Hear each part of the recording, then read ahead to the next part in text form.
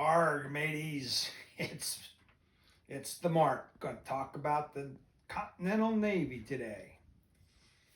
So we're going to talk about the Continental Navy, and kind of spurred on by Professor Ben Griffin, who sent me this thing. He said he wanted to know what life was like aboard a ship for the English and Continental Navy, and what are some of the problems that the soldiers on these ships faced, and how was it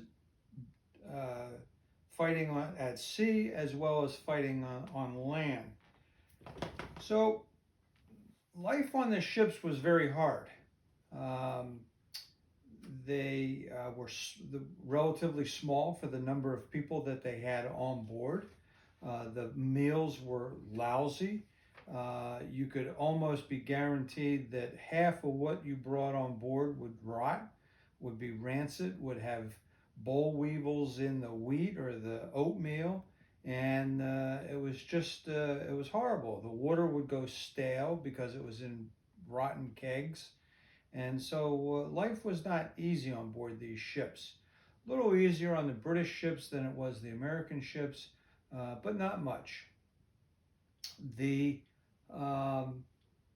armies that were on board these ships were not actually soldiers. The soldiers were transported from one place to another. The fighting men on these ships were, on the British side, was called the Fleet Marines, and on the Continental side, it was Continental Marines, later to become the United States Marine Corps.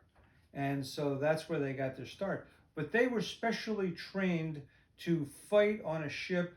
The Continental Marines were specially trained in deploying from a ship and doing raids on towns, on other, in other countries.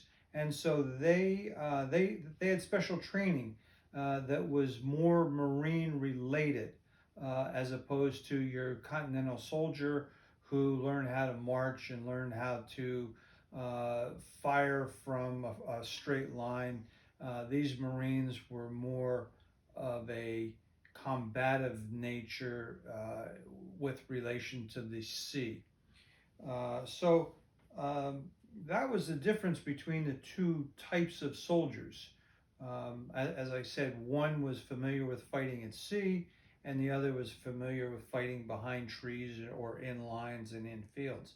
Two totally separate scenarios, both of them professionally trained. Overall, the Continental Marines, they only had, across the course of the Revolutionary War, there's only about 75 officers and maybe 22 to 2,500 actual soldiers or Marines, which is the proper term, is Marines as opposed to soldiers. So that was the difference between those people.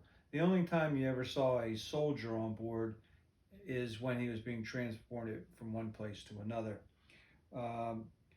So that answers the professor's questions. So the Continental Navy in itself was very small. Across the whole course of the war, they only had 64 ships. Where we made our headway was Congress wrote letters of permission to private ship owners that they could convert their merchant ships into what we call privateers. They had cannons, they had guns, and they were authorized to intercept the British merchant ships and take the cargo, which we desperately needed. The British would be bringing gunpowder, guns, muskets, cannons, and all that stuff. And so we needed those for our side.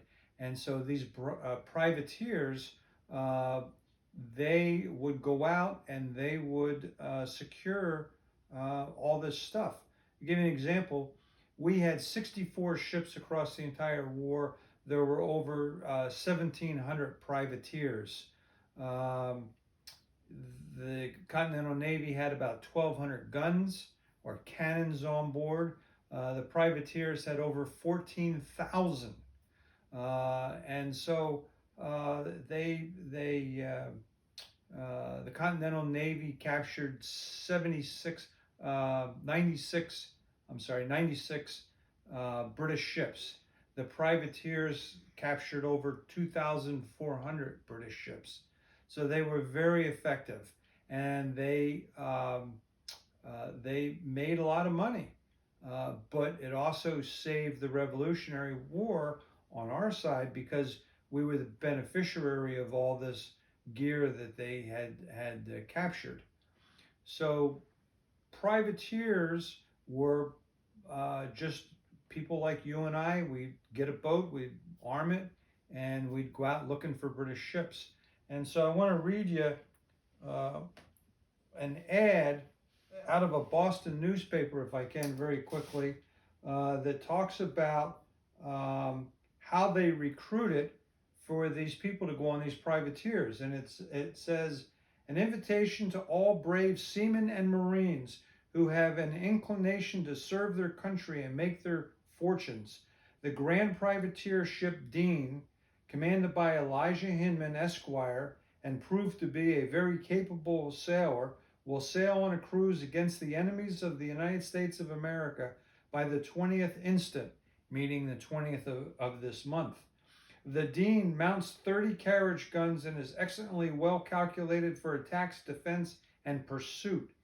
This, therefore, is to invite all those jolly fellows who love their country and want to make their fortunes at one stroke to repair immediately to rendezvous at the head of His Excellency Governor Hancock's Wharf, where they will be received with hearty welcome by a number of brave fellows therefore assembled, and treated with the excellent liquor called grog, which is allowed by all true seamen to be the liquor of life.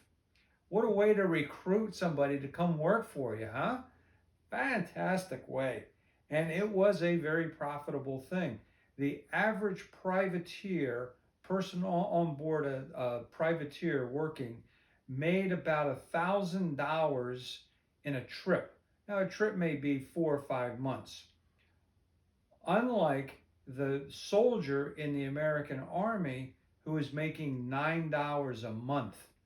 So you could make 10 times as much money on a privateer. And who knows, maybe more. So that's a little bit about our Navy. There was none. We'll talk one lesson maybe on John Paul Jones and the Bonhomme Richard, only because it's kind of a cool story. But that's it for the U.S. Navy and the men on board. So thanks for joining us, and go get yourself a grog.